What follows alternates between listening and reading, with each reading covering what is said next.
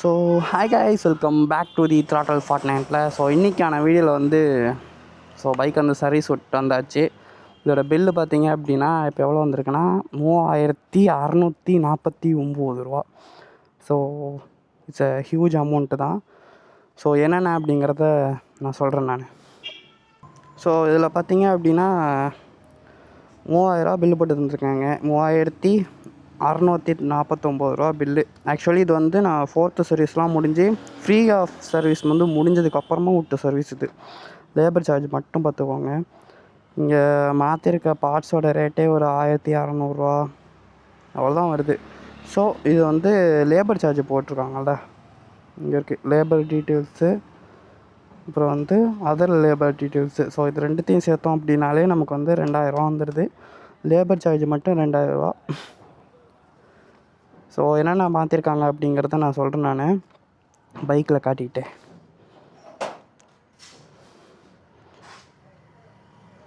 So bike பார்த்திங்கன்னா நிற்கிது. So பின்னாடி வந்து பார்த்திங்க அப்படின்னா பிரேக் ஷூ மாற்றிருக்காங்க. ஃப்ரண்ட்டில் வந்து பிரேக் பேடு மாற்றிருக்காங்க. And oil, engine oil change பண்ணி இன்ஜின் ஆயில் ஃபில்டர் சேஞ்ச் பண்ணியிருக்காங்க. எனக்கு வந்து ஃப்ரண்ட்டு ஃபோக்கில் வந்து ஸோ இந்த பக்கம் வந்து ஆயில் லீக் ஆகுது அப்படின்னு சொல்லியிருந்தேன். ஸோ அது மாற்றிருக்காங்க. ஆயில் சீல் கொஞ்சம் புதுசாக இருக்குல்ல, இது மாற்றிருக்காங்க. இதுவும் பழசாக தான் இருக்குது, இது மாற்றலை. மாற்றினா ரெண்டுத்தையும் ஒன்றா தான் மாற்றணும். இதுக்கு ஒன்றா வண்டியும் மாற்றி வச்சுருக்காங்கன்னு தெரியல. சரி, ஓகே. செயின் பார்த்திங்க அப்படின்னா மாற்றணும் அப்படின்னு சொன்னாங்க. 2100 கிட்ட செயினோட காஸ்ட்டு மட்டுமே வந்துச்சு, செயின் ஸ்ப்ராக்கெட் காஸ்ட்டு. இப்போ சாமி எனக்கு அவ்வளோலாம் பட்ஜெட்டே கிடையாது. ஏன்னா எனக்கு ஃபஸ்ட்டு வந்து பில்லு போட்டு தந்தப்போ 4000 ரூபா பில்லு போட்டு தந்தாங்க. அவ்வளோலாம் என்னால் பண்ண முடியாதுன்னு சொல்லிட்டு தான் எனக்கு வந்து செயின் ஸ்ப்ராக்கெட் வந்து நான் அப்புறமா மாற்றிக்கிறேன், இப்போ என்கிட்ட பட்ஜெட் இல்லை அப்படின்னு சொல்லிவிட்டு நான் விட்டுட்டேன் நான். ஸோ அதனால் வந்து செயின் ஸ்ப்ராக்கெட் அப்புறமா மாற்றணும்.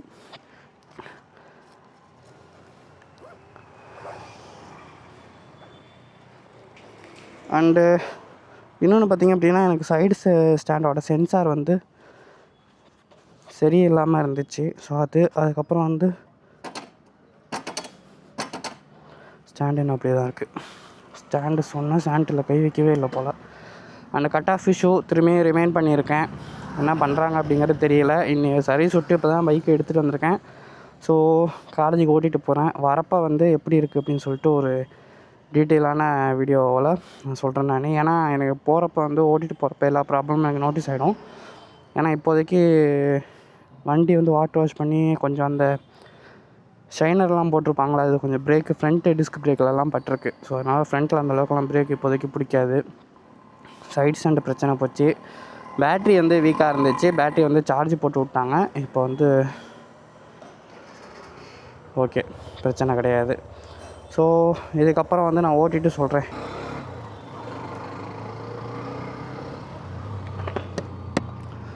Welcome back to the throttle ஃபார்ட்நைட்டில். ஸோ இப்போ வந்து பார்த்திங்க அப்படின்னா சர்வீஸ் எடுத்து முடிச்சாச்சு. ஸோ சர்வீஸ் எடுத்து முடித்ததுக்கப்புறம் பார்த்திங்க அப்படின்னா ஒரு 16,000 கிலோமீட்டர் அன்றைக்கி சொன்னது தான். ஆல்ரெடி பழைய வீடியோவில் சொல்லியிருப்பேன். ஏகப்பட்ட பிரச்சனை இருந்துச்சு அப்படின்னு சொல்லி எல்லாத்தையும் லிஸ்ட்டு போட்டு சொன்னேன். ஸோ இதுக்கப்புறம் நம்மளோட சர்வீஸ் காஸ்ட் எவ்வளோ வந்துச்சு இந்த லிஸ்ட்டில் சொன்னதுக்கப்புறம் பார்த்திங்க அப்படின்னா 4400 ரூபா போட்டு கொடுத்தாங்க. 4400 ரூபா போட்டோன்னே அப்படியே ஷாக் ஆகிட்டேன். எனக்குண்ணா 4000 ரூபாயா, அடேங்கப்பா இவ்வளோ ப்ரைஸா அப்படின்னு சொல்லிட்டு எனக்கே ஷாக் ஆகிடுச்சு. ஏன்னா நமக்கெல்லாம் அவ்வளோ பட்ஜெட்டே கிடையாது. 4000 ரூபா அப்படிங்கிறது பெரிய ரேட். அதுவும் ஒரு வருஷம் கூட ஆகலை. பட் ஆனால் 16 கிலோமீட்டர் ஓடிட்டேன். ஒரு வருஷத்துக்குள்ளே இவ்வளோ செலவு வைக்கிது இந்த வண்டி அப்படின்னு சொல்லிட்டு கஷ்டமாக இருந்துச்சு. அப்புறமா பில்லு பார்த்தோம் அப்படின்னா ஒரு 1000 ரூபா கம்மியாக இருந்துச்சு. 1000 ரூபா ஒரு 800 ரூபா கம்மியாக இருந்துச்சு. பரவாயில்ல அப்படின்ட்டு இருந்தாலும் நான் என்னென்ன அப்படிங்கிறத சொல்லியிருக்கேன். நான் பிரச்சனை அப்படிங்கிறத நான் வந்து ஈவினிங் போல் இப்போ நல்லா ஓட்டிகிட்டு ஈவினிங் ஓட்டிகிட்டு வரப்போ எதுவும் பிரச்சனை வந்து அதிகமாக தெரியுதா என்ன அப்படிங்கிறத நான் சொல்கிறேன் நான். ஏன்னா இந்த பைக்கு வந்து இப்போ அப்டேட்டட் வெர்ஷனே வந்துருச்சு. 25ல் பார்த்திங்கன்னா உங்களுக்கு க்ரூஸ் கண்ட்ரோல் இருக்குது, டிஸ்பிளே மாற்றிருக்காங்க, கலர் வந்திருக்கு, புது கலரும் வந்துருக்குது. And engine cut off issue ஒன்றையும் இருக்குதான்னு சொல்லிட்டு கன்ஃபார்மாக என்னால் சொல்ல முடியலை. ஏன் ரீசன் அப்படின்னு பார்த்திங்க அப்படின்னா மெயினான ஒரே ரீசன் வந்து வண்டி வந்து நம்ம ஓட்ட தான் அதோட கண்டிஷன்லாம் தெரியும். இந்த இன்ஜினோட கட் ஆஃப் இஷ்யூ வந்து எப்போ தெரியும் அப்படின்னா பைக் நான் ரெகுலராக ஓட்டுறேன். ஸோ ஓட்டுறப்ப எனக்கு டே பை டே தான் இந்த பிரச்சனை வந்து நோட் பண்ணேன் நான். நம்மளால் வந்து உடனே எல்லாம் ஒரு அரை மணி நேரம் 1 மணி நேரம் டிரைவிங்கில் வந்து இதை கண்டுபிடிக்கவே முடியாது. ஸோ அது வந்து ஒரு முக்கியமான விஷயம். ஏன்னா நிறைய பேர் அந்த இன்ஜின் கட் ஆஃப் விஷயம் வந்து ஏன் ரிவ்யூவில் சொல்ல மாட்டாங்க அப்படின்னா, ஒரு பைக்கை வந்து ஒரு 2 ஹவர்ஸ் ஓட்டுறோம் அப்படின்னா அந்த 2 ஹவர்ஸில் பெருசாக எதுவும் நோட் பண்ண முடியாது. நம்ம டே பை டே ஓட்டுறப்ப தான் வந்து அந்த பைக்கில் என்னென்னலாம் பிரச்சனை இருக்குது அப்படிங்கிறத சொல்ல முடியும். மற்றபடி பைக்கு எந்த மாதிரி இருக்குது, அந்த நேரத்தில் ஓட்டுறதுக்கு கம்ஃபர்ட்டாக இருக்குதா, சஸ்பென்ஷன் எதுவும் பிரச்சனை இருக்குதா, எந்தளவுக்கு சஸ்பென்ஷன் வந்து ரெஸ்பான்ஸ் பண்ணுது, கிரவுண்ட் கிளியரன்ஸ் எவ்வளோ இருக்குது, பள்ளத்தில் விட்டு ஏற்றுறப்ப அடி வாங்குதா, ஸோ அந்த மாதிரியான டீட்டெயில்ஸ் எல்லாமே வந்து பார்த்திங்கன்னா இந்த ரிவ்யூ அப்படிங்கிறதுல வந்து கொடுக்கலாம். மற்றபடி லாங் டைம் யூஸில் தான் பார்த்திங்க அப்படின்னா உங்களுக்கு வந்து நிறையா கம்ப்ளைண்ட்ஸ் வந்து என்னென்ன இருக்குதுன்னு சொல்லிட்டு நோட் பண்ணுவீங்க. ஸோ அப்போ வந்து அதை நம்ம ஒன்று ஒன்றா நம்ம கிளியர் பண்ண முடியும். கம்ப்ளைண்டே இல்லாத வண்டி அப்படிங்கிறது எதுவுமே கிடையாது. ஸோ நானே ஹண்டர் எடுக்கிறமே எனக்கும் சில இஷ்யூஸ் எல்லாம் இருந்துச்சு. அது அப்புறமா சால்ட் அவுட் ஆணுச்சு. ஆனால் எனக்கு ஹண்டரில் இந்த அளவுக்கு ஒரு பெரிய ஒரு டிசப்பாயின்மெண்ட் அப்படிங்கிறது வந்தது கிடையாது. இதில் வந்து இருக்குது. ஸோ இதில் வந்து இப்போ வந்து செயின் ஸ்ப்ராக்கெட் வந்து நான் மாற்றணும். செயின் ஸ்ப்ராக்கெட் மாற்றணும் அப்படின்னா அதுக்கு ஒரு நான் 2000 ரூபா எடுத்து வைக்கணும்.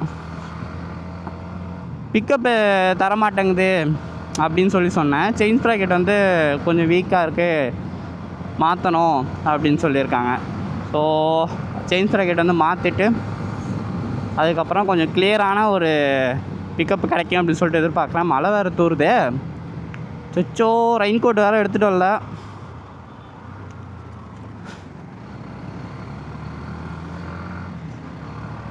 ரெயின் கோட் எடுத்துகிட்டு வரல, பேகுக்கு ரெயின் கவர் எடுத்துகிட்டு வரலையே, என்ன போகுதுன்னு தெரில வேறு.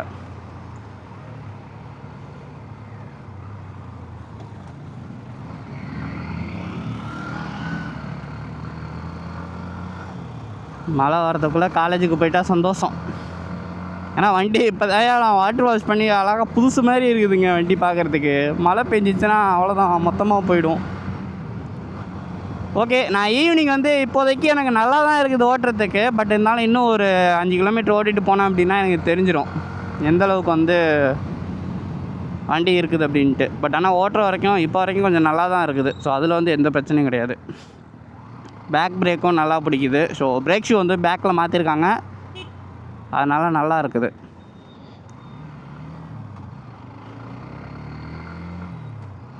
ஆனால் அந்த கியர் சேஞ்ச் பண்ணுறப்போ அது மட்டும் தப்பான கியர் வந்து கொஞ்சம் காட்டுது. 3வது கியரில் இருக்கிறது 4வது கியர் காட்டுது, 4வது கியர்னு திரும்ப 3வது கியர் காட்டுது, மாற்றி காட்டுது.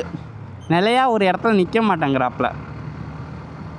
ஸோ இதுக்கு அடுத்தது பார்த்திங்க அப்படின்னா 16,150ன்னு வச்சுப்போம்.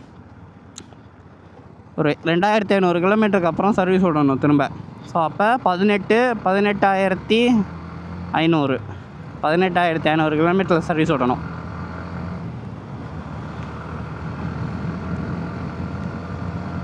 அப்போ எவ்வளோ காஸ்ட் வரும்னு தெரில. அதுக்கப்புறம் நான் கண்டிப்பாக சர்வீஸ் சென்டரில் கொடுக்க மாட்டேன். கண்டிப்பாக பார்த்திங்கன்னா வெளியே தான் கொடுக்க போகிறேன். வெளியே வரப்போ எவ்வளோ காசு இருக்குதுன்னு சொல்லிட்டு அது தனியாக நான் வீடியோ போடுறேன். அப்போ சர்வீஸ் விட்டு எடுத்ததுக்கப்புறம் வெயிலும் அடிக்குது, மழையும் பெய்யுது, மழை தூருது. நான் முடிஞ்ச அளவுக்கு சீக்கிரமாக போனால் ரொம்ப நல்லா தான் இருக்குது. அந்த சைட்லாம் வேறு வேகம் வரப்பாக இருக்கே.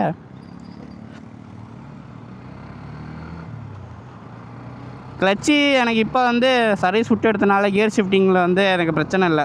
கியர் வந்து ஸ்மூத்தாக மாறுது. இது இன்னும் எவ்வளோ நாளுக்கு வந்து இந்த மாதிரி இருக்க போகுது அப்படிங்கிறது தெரியலை.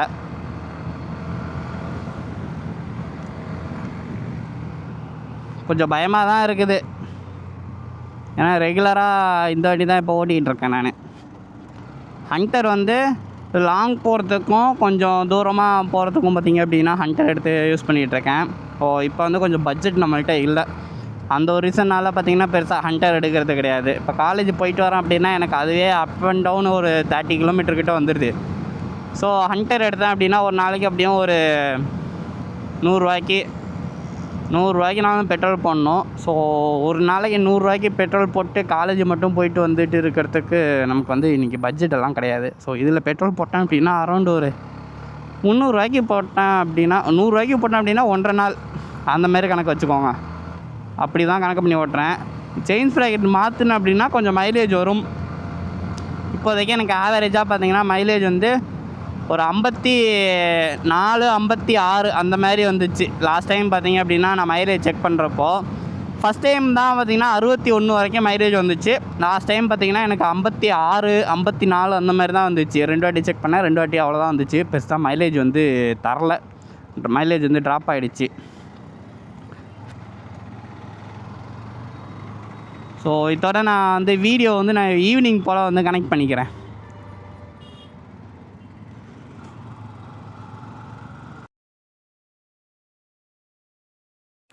ஈவினிங் நல்ல மழை பெஞ்சனால என்னால் வீடியோ ரெக்கார்ட் பண்ண முடியல. நான் இதிலே வந்து வாய்ஸ் ஓவர் கொடுத்துட்றேன். ஸோ இது வந்து என்னோடய வாய்ஸ் ஓவர் தான். வீடியோ பார்த்திங்க அப்படின்னா நான் போகிறப்ப ரெக்கார்ட் பண்ணிட்டு போனது. ஸோ இப்போ வந்து சென்சார் ப்ராப்ளம் ஆச்சு அப்படின்னு சொல்லிட்டு தான் வந்து பைக்கை வந்து சர்வீஸ் விட்ருந்தேன். ஸோ அதில் வந்து ஒரு ஸ்க்ரூ வந்து கிளண்டு விழுந்துடுச்சு. அந்த ஸ்டாண்டுக்கு மேலே வர 2 ஸ்க்ரூவில் ஒரு ஸ்க்ரூ கிளண்டு விழுந்தனால சென்சார் ப்ராப்ளம் வந்துச்சு. பட் ஆனால் அவங்க வந்து புதுசு சென்சார் மாற்றி அந்த ஒரு ஸ்க்ரூவை மட்டும் போட்டு ஒரு ஸ்க்ரூ போடாமல் விட்ருக்காங்க. அது எனக்கு திரும்ப இந்த மழை ரெய்னி சீசனில் பார்த்திங்க அப்படின்னா அது ஸ்டாண்டு போட்டு எடுக்கிறப்ப அது நகர்ந்து போயிட்டு திரும்ப அந்த ப்ராப்ளம் வந்து வர ஆரம்பிச்சிடுச்சு. தென் கியர் வந்து ஷிஃப்ட் பண்ணுறப்ப திரும்ப ஒரு 1 வீக்கு இந்த வாய்ஸ் ஓவர் கொடுக்கறதுக்கு நான் 1 வீக் அப்புறமா தான் இந்த வாய்ஸ் ஓவர் தரேன் நான்.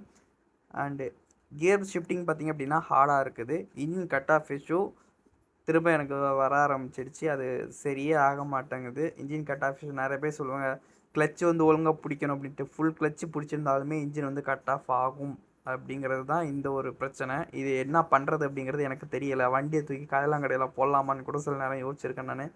அவ்வளோ டென்ஷன் ஆகும் சில நேரம்லாம். அண்ட் இந்த பைக்கில் வந்து பார்த்திங்க அப்படின்னா ஆயில் லீக்கேஜ் இஷ்யூ வந்து இருக்குது. இந்த ஆயில் வந்து ஃபில்ட்ரு சேஞ்ச் பண்ணுறப்போ வந்து சரியாக வந்து லாக் பண்ண மாட்டேங்கிறாங்க. அந்த இதனாலேயுமே ஆயில் லீக்கேஜ் ப்ராப்ளம் வந்து வந்துடுது. ஸோ என்னை பொறுத்த வரைக்கும் யாராவது இந்த பைக் வாங்க போகிறீங்க அப்படின்னா நிறையா இஷ்யூ இருக்குது. அதெல்லாம் வந்து ஒரு வாட்டி நீங்கள் நல்லா செக் பண்ணி பாருங்கள். புது பைக்கே இருந்தாலுமே எனக்கு ஹீரோவில் நிறைய பேர் கம்ப்ளைண்ட் பண்ணுற ஒரு விஷயம் அப்படின்னா சர்வீஸும் பார்த்திங்க அப்படின்னா சரியில்லை. ஸோ என்ஃபீல்டில் தான் வந்து சர்வீஸ் சரியில்லாமல் இருந்துச்சு அப்படின்னு சொல்லியிருந்தேன். ஹீரோலையும் அதே மாதிரி தான் இருக்குது. என்ன பண்ணுறதுன்னே தெரியல. இப்போ நான் அடுத்த சர்வீஸ்லாம் பார்த்திங்க அப்படின்னா வெளியில் தான் தரப்போகிறேன். அப்போ வந்து எவ்வளோ காஸ்ட் வருது அப்படிங்கிறத நான் வந்து மென்ஷன் பண்ணுறேன். இப்போ சர்வீஸுக்கு அந்த ஸ்பேரோட காஸ்ட்டை விட சர்வீஸ் பண்ண லேபருக்கு தான் சார்ஜ் பார்த்திங்க அப்படின்னா 2000 கிட்ட வந்துடுச்சு. எனக்கு அதை பார்த்தோன்னே வயிறெல்லாம் அப்படியே தகன்னு எரிய ஆரம்பிச்சிடுச்சு. என்ன பண்ணுறதுனே தெரியலை. It's okay fine. இதுக்கப்புறம் நம்ம ப்ராப்ளம் எதுவும் ஃபேஸ் பண்ணுறோம் அப்படின்னா ஸோ அதை வந்து நான் உங்கள்கிட்ட கூட ஷேர் பண்ணிக்கிறேன் நான். அண்ட் ஏதாவது கமெண்ட்ஸ் இருந்துச்சு, நீங்கள் ஏதாவது பைக் வச்சு உங்களுக்கு எதுவும் ரிலேட்டிவ் இந்த ப்ராப்ளம் சம்மந்தமாக எதுவும் நீங்கள் நோட் பண்ணுறீங்க அப்படின்னா கீழே கமெண்ட் செக்ஷனில் உங்களோட தாட்ஸை வந்து சொல்லுங்கள். பைக் வாங்க போகிறவங்களுக்கும் அது யூஸ்ஃபுல்லாக இருக்கும். வாங்கினவங்களுக்குமே வந்து மற்றவங்க என்ன ப்ராப்ளமெல்லாம் ஃபேஸ் பண்ணுறாங்க அப்படிங்கிறதுமே வந்து மற்றவங்க தெரிஞ்சுப்பாங்க. ஸோ பைக் ரிலேட்டட் நிறைய கான்டென்ட் பார்க்குறதுக்கு நம்ம சேனலை மறக்காமல் சப்ஸ்கிரைப் பண்ணிக்கோங்க.